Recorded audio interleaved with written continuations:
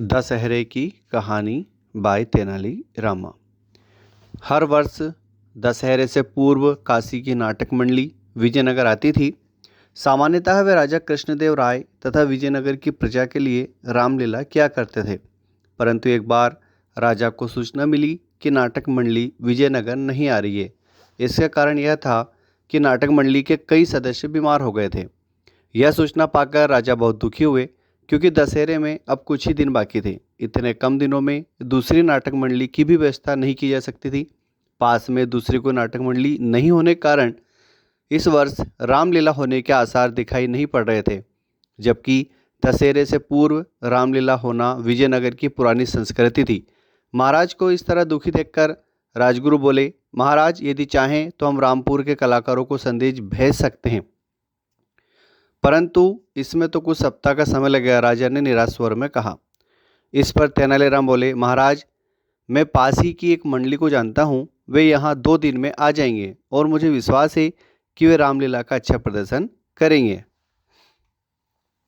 यह सुनकर राजा प्रसन्न हो गए और तेनालीराम को मंडली को बुलाने की जिम्मेदारी सौंप दी गई। साथ ही मंडली के रहने व खाने पीने की व्यवस्था का भार भी तेनाली के ही सुपुर्द कर दिया गया। शीघ्र ही रामलीला के लिए सारी व्यवस्था होनी शुरू हो गई। रामलीला मैदान को साफ किया गया, एक बड़ा सा मंच बनाया गया, नवरात्र के लिए नगर को सजाया गया।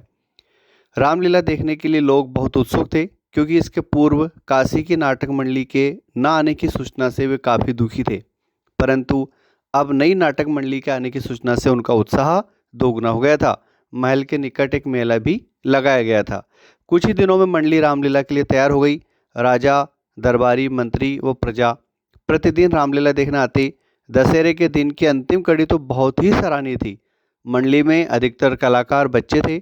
उनकी कलाकारी देखकर लोगों की आंखों में आंसू तक आ गए। दशहरे के पश्चात राजा ने कुछ मंत्रियों तथा मंडली के सदस्यों को महल में भोजन के लिए बुलाया। भोजन के पश्चात राजा ने मंडली के सदस्यों को पुरस्कार दिया। फिर वे तेनालीराम से बोले, तुम्हें इतनी अच्छी मंडली कैसे मिली? बाबापुर से महाराज, तेनालीराम ने उत्तर दिया। बाबापुर, यह कहाँ है? मैंने इसके विषय में कभी नहीं सुना, राजा ने आश्चर्य से पूछा। बाबापुर विजयनगर के पास ही है महाराज, तेनालीराम बोले। तेनालीराम की बात सुनकर मंडली के कलाकार मुस्कुरा दिए।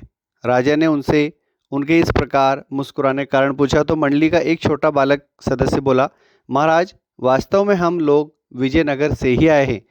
तेनाली बाबा ने 3 दिन में हमें यह नाटक करना सिखाया था, इसलिए इसे हम बाबापुर की रामलीला कहते हैं। यह सुनकर राजा भी खिलखिलाकर हंस पड़े। अब उन्हें भी बाबापुर के रहस्य का पता चल गया था। साथियों, कहानी कैसी लगी? कृपया लाइक, शेयर और सब्सक्राइब जरूर करें।